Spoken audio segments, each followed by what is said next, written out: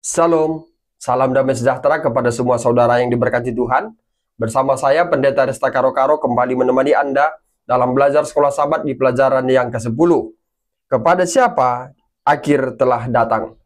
Dari pelajaran ini kita tetap bagi menjadi 3 bahagian penting, namun kita fokus per harinya, yaitu mulai hari Minggu sampai hari Kamis.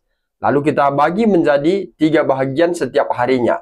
Mengapa? Supaya kita lebih mudah mengingatnya, lebih mudah juga mendiskusikannya di unit kelompok sekolah Sabat kita di hari Sabat ini. Dengan itu, maka iman kita pun semakin teguh dalam menanti kedatangan Yesus yang tidak lama lagi. Mari kita masuk di pelajaran hari Minggu.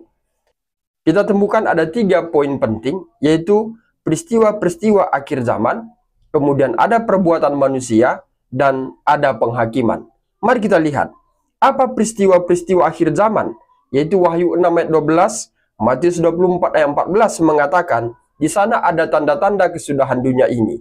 Apakah itu? Kemerosotan moral, langit menyusut bagaikan gulungan kitab, matahari menjadi gelap, dan bulan tidak bercahaya, bintang-bintang berjatuhan.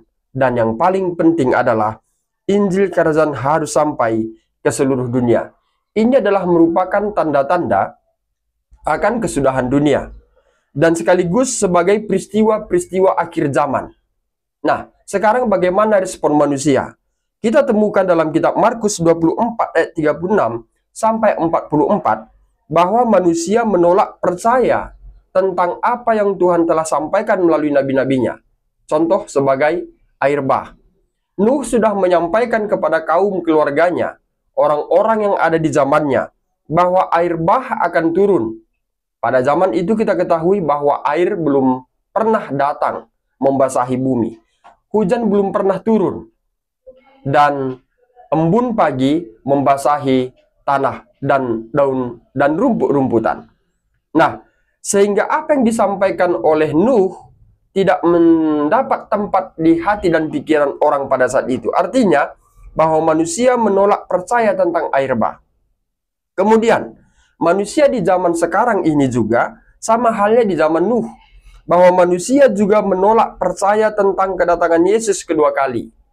Kemudian karena Yesus tidak datang sebagaimana yang telah disampaikan oleh pengkhotbah-pengkhotbah bahwa Yesus segera datang, ternyata belum datang sampai saat sekarang ini, maka dikatakan dalam 2 Petrus 3:3, datanglah pengejek-pengejek. Timbul pengejek-pengejek, mereka mengejek dari dahulu kala. Mereka sudah menyampaikan bahwa Yesus datang, tapi sampai sekarang ini Yesus belum datang. Inilah merupakan respon atau perbuatan manusia di zaman perjanjian lama, demikian juga di zaman perjanjian baru, sampai kita di zaman saat sekarang ini. Sekarang kita lihat apakah penghakiman yang akan berlangsung. Dikatakan dalam pelajaran hari Minggu bahwa kejahatan manusia menimbulkan murka Allah. Sebagaimana di zaman Nuh, kejahatan semakin meningkat sehingga sampai kepada Allah, maka terjadilah murka Allah dalam bentuk air bah pada zaman itu. Nah, sekarang bagaimanakah bentuk murka Allah itu? Manusia akan dihakimi menurut apa yang diperbuat. Mari kita masuk di pelajaran hari Senin. Ada peristiwa-peristiwa akhir zaman yang kita temukan dalam Kejadian 6 ayat 1 sampai 8. Apakah itu? Di mana Nuh berkhotbah selama 120 tahun. Tapi hanya 8 orang yang selamat. Itu pun dia, istrinya, anaknya, dan juga mantunya. Hanya 8 orang yang selamat selama 120 orang. Mungkin saja dari sudut pandang kita saat sekarang ini, kita mengatakan bahwa Nuh gagal dalam menyampaikan kabar yang telah disampaikan oleh Allah. Apakah Nuh gagal? Tentu tidak. Nuh tidak gagal. Nuh sudah bekerja. Dia sudah menyampaikan tentang air bah, murka Allah akan dunia ini karena kejahatan manusia. Sekarang respon manusia tidak mau menerima. Bukan berarti Nuh gagal. Sama halnya dengan kita di zaman sekarang ini. Tuhan juga menyampaikan pekabaran 3 malaikat. Supaya setiap suku, bahasa, dan bangsa menerima Injil dan sujud kepada dia. Dan sudah rubuh Babel. Untuk itu harus keluar dari Babel. Kemudian jangan menyembah patung binatang itu. Saudaraku yang diberkati Tuhan, namun pekabaran 3 malaikat ini juga hanya sedikit yang menerimanya. Pekabaran 3 malaikat wajib selalu dikabarkan walaupun sedikit hasil. Dan bukan berarti bahwa umat-umat Tuhan yang sudah membawa pekabaran 3 malaikat itu gagal. Mereka sudah bekerja untuk menyampaikan sebagaimana misi Tuhan. Bagaimana perbuatan manusia? Bagaimana respon manusia tentang pekabaran ini? Kita temukan Wahyu 24 ayat 37-39, pesta pora. Ada kawin dan mengawinkan. Dan mereka lebih suka gemerlap dunia ini daripada bernyanyi berdoa untuk Tuhan sebagai penciptanya. Kemudian tidak percaya amaran Injil. Injil sudah disampaikan, namun mereka mengatakan itu tidak berlaku lagi zaman sekarang ini. Itu sudah kuno. Sudah kuno. Maka tidak relevan lagi untuk dilakukan di zaman sekarang ini. Namun apakah penghakiman yang akan dilangsungkan? Bahwa Tuhan akan menghukum dunia, umatnya diselamatkan sesuai dengan imannya. Sebagaimana zaman Nuh, umatnya yang memiliki iman teguh kepada Tuhan akan diselamatkan. Sama halnya di zaman sekarang ini, saat Yesus nanti datang, maka banyak sekali manusia akan dibinasakan karena tidak berlaku baik di hadapan Tuhan. Mari kita masuk di pelajaran hari Selasa. Di pelajaran hari Selasa, kita menemukan ada peristiwa-peristiwa akhir zaman. Apakah peristiwanya itu? Yaitu manusia menutupi pelanggaran sendiri. Dan kejahatan orang lain terlihat jelas baginya. Sama halnya, satu jarum di seberang laut dapat dilihat. Tapi unta di depan mata tidak dapat dilihat. Artinya apa? Bahwa suka mengurusi urusan orang lain. Padahal kesalahan yang sangat banyak yang dilakukannya ditutup-tutupi. Tidak dilihat. Tidak perlu digubris. Yang penting membicarakan kesalahan-kesalahan orang lain. Inilah peristiwa-peristiwa akhir zaman. Dan itu terjadi di zaman kita sekarang ini. Bagaimana respon manusia? Yesaya 16 ayat 41 mengatakan tingkat kejahatan manusia melebihi dosa Sodom dan Gomora. Kalau dosa Sodom dan Gomora mendapat murka bagi Allah dan mendatangkan air bah, tapi dikatakan bahwa umat-umat Tuhan yang mengaku sebagai pengikut Tuhan, dosa mereka lebih besar dari Sodom dan Gomora. Mengapa? Karena ada perzinahan rohani. Apa yang disebut dengan perzinahan rohani? Mereka menyembah Tuhan, tapi di lain sisi lebih banyak waktu, hati, dan pikirannya menyembah setan. Melalui apa? Gemerlap dunia ini. Sekarang kita lihat apa penghakiman yang akan dilangsungkan. Yaitu api Tuhan akan membinasakan manusia yang berlaku fasik. Seperti Sodom dan Gomora. Orang yang berlaku fasik akan dibinasakan. Mari kita lihat di pelajaran hari Rabu. Di pelajaran hari Rabu, kita temukan amaran, bukan lagi peristiwa-peristiwa. Tapi ada amaran akhir zaman. Apa amarannya? Bahwa Tuhan selalu menyatakan keputusannya kepada hamba-hambanya sebelum mendatangkan hukuman bagi manusia. Allah tidak bertindak sendiri. Dia selalu menyampaikan apa yang akan dilakukannya dan dia beritahukan kepada hamba-hambanya para nabi. Ya, sebagaimana air bah, Tuhan sudah sampaikan kepada hambanya Nuh bahwa inilah yang akan terjadi. Buatlah bahtera, bukan di tepi pantai, tapi di atas bukit.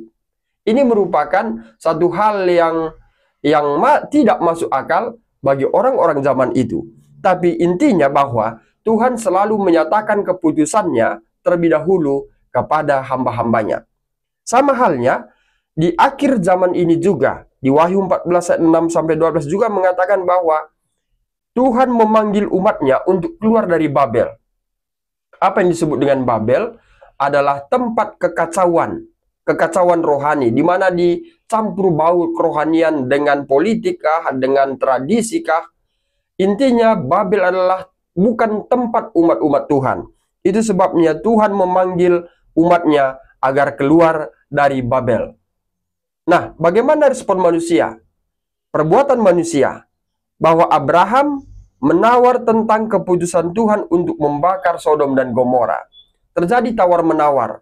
Ya Tuhan, apabila ada 10 orang, apakah Engkau akan membinasakan karena 10 orang itu? Maka Tuhan mengatakan, jika ada 10 orang, maka saya tidak akan membinasakan karena 10 orang itu. Bila ada 5 orang, apakah Engkau akan membinasakannya? Bila ada 5 orang yang berlaku baik di kota Sodom, aku tidak akan membinasakannya karena 5 orang itu. Saudaraku, intinya adalah manusia suka tawar-menawar tentang keputusan Tuhan. Sering sekali dalam kehidupan kita juga, kita tawar-menawar. Kita mau Alkitab itu mencocokkan diri dengan kita, yang seharusnya kitalah yang mencocokkan diri kepada Alkitab. Itu sebabnya banyak di akhir zaman ini mengutip 1 ayat, 2 ayat untuk membela dirinya, untuk mencocokkan diri dengan dirinya, yang seharusnya kitalah yang harus mencocokkan diri kepada Alkitab itu, supaya tidak tawar-menawar. Kemudian, bagaimana penghakiman yang akan berlangsung? Dalam pelajaran kita hari Rabu mengatakan, Wahyu 20 ayat 15, yang tidak tertulis namanya dalam kitab kehidupan, ia dilemparkan ke dalam lautan api. Setiap umat-umat Tuhan pada saat menerima Yesus sebagai juru selamat, namanya ditulis dalam buku kehidupan. Namun, bila mereka tidak berlaku baik setelah mereka menerima Yesus atau setelah dibaptis, maka namanya akan dihapus dari buku kehidupan. Maka mereka akan dilemparkan ke dalam lautan api. Saudaraku yang diberkati Tuhan, kita masuk di pelajaran hari Kamis, yaitu ada amaran akhir zaman yang kita temukan. Apa itu? Roma 14 ayat 10. Kita tidak perlu saling menghakimi satu dengan yang lain, karena kita semua harus menghadap tahta pengadilan Allah. Pelajaran hari Kamis diingatkan kembali. Ini khusus kepada siapa? Kepada umat-umat Tuhan, gereja yang sisa. Khusus diberitahukan agar tidak saling menghakimi, karena kita semuanya harus menghadap tahta pengadilan Allah. Baik pendeta, baik penatua jemaat, baik juga anggota jemaat, siapa saja harus dihadapkan ke pengadilan Allah. Kemudian, apa perbuatan manusia, respon manusia? Bahwa setiap dosa akan diselidiki Tuhan, akan membuka kitab-kitab dan mengizinkan orang kudus melihatnya.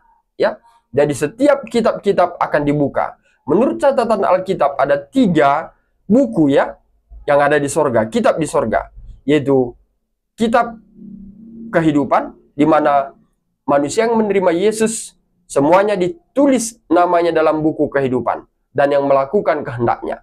Kemudian ada buku peringatan. Apa itu buku peringatan? Pada saat orang melakukan dosa, lalu dia ingatkan, Roh Kudus mengingatkan supaya tidak melakukannya. Dan pada saat manusia itu tidak melakukan dosa itu, karena diingatkan oleh kuasa Roh Kudus, maka ditulislah namanya dalam buku peringatan. Yang ketiga adalah buku catatan dosa. Apabila manusia itu melakukan dosa, walaupun sudah dibisikkan oleh Roh Kudus, maka namanya dicatat dalam buku catatan dosa. Buku peringatan, buku catatan hidup akan membawa kita untuk dapat kasih karunia dari Tuhan untuk diselamatkan. Sebagaimana dicatat dalam kitab Kemenangan Akhir, kalau tidak salah di pasal yang ke-28. Saudaraku yang diberkati Tuhan, apa yang kita lihat penghakiman yang akan berlangsung?